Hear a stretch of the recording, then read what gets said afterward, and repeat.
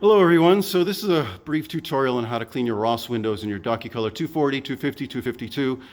They physically are all essentially the same inside, although the production specifications might be different for output, different speeds and that kind of thing. You'll notice that I've removed all the trays. This is where the developer housing tray went. Then over here is the IBT belt tray. And then over here would be where the fuser tray goes. You can remove all of those. There's little tabs right here. You just put a screwdriver, you pull it out as far as you can, then pull a screwdriver in, it'll push a tab in.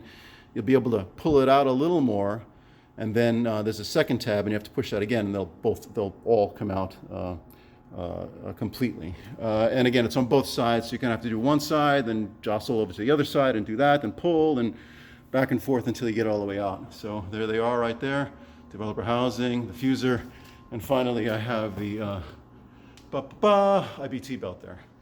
So yeah, that's all three of them. I left this thing on, which I kind of regret doing, but now I've started the video.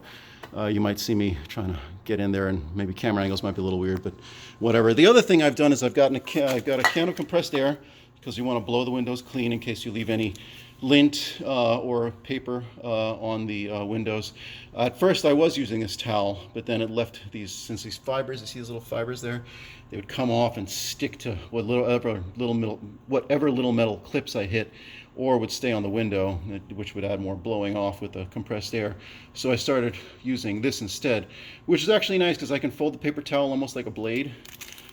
Really soft, and I wet it just a little bit, just make it a little damp. So I'm going to show you where the windows are now. Let's get under here. You'll notice I have a ton of lighting. You're going to need that if you want to be able to see anything of what you're doing in here. Without it, you're kind of screwed. So all of the slots for the windows pretty much look the same, with the exception of the black. So if you look over here, so here's this piece of metal here, right?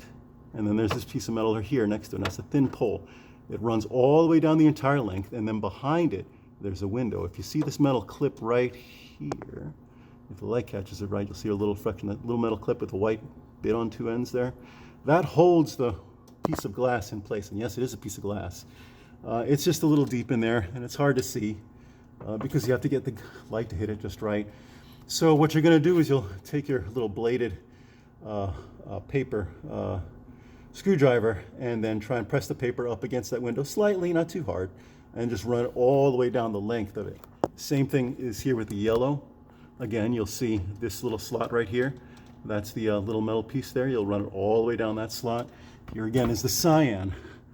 And same thing, you probably see cyan a little better. Actually, you can see the window there pretty well too. That solenoid to get out of the way, and I can focus this properly. Yeah, see, there's the window. You can see the reflection right there. There's the clip that holds it in place. Always look for that clip. That's a good telltale of where the window starts. And again, slide the paper all the way down. You'll be able to clean it. The black is a pain in the butt. So this right here, this little plastic piece is obscuring me seeing it because it doesn't have it on any of the other ones, but it does have it on the black toner, or black developer, whatever. But then right on the other side of it, there you'll see the window again. There's that clip again that I told you about, and then there starts the window. You see the little reflection on the glass that you can see with my finger going up and down. Again, take your screwdriver with the paper and just clean it all down the length. You might actually be able to do it with your finger. I mean, as you can see, I can't fit my finger in here, but you have to kind of contort yourself in strange ways that I'd rather not go into. So yeah, that's about it. Good luck. I hope this video helps. If you have any questions or comments, please feel free to leave them. Don't be a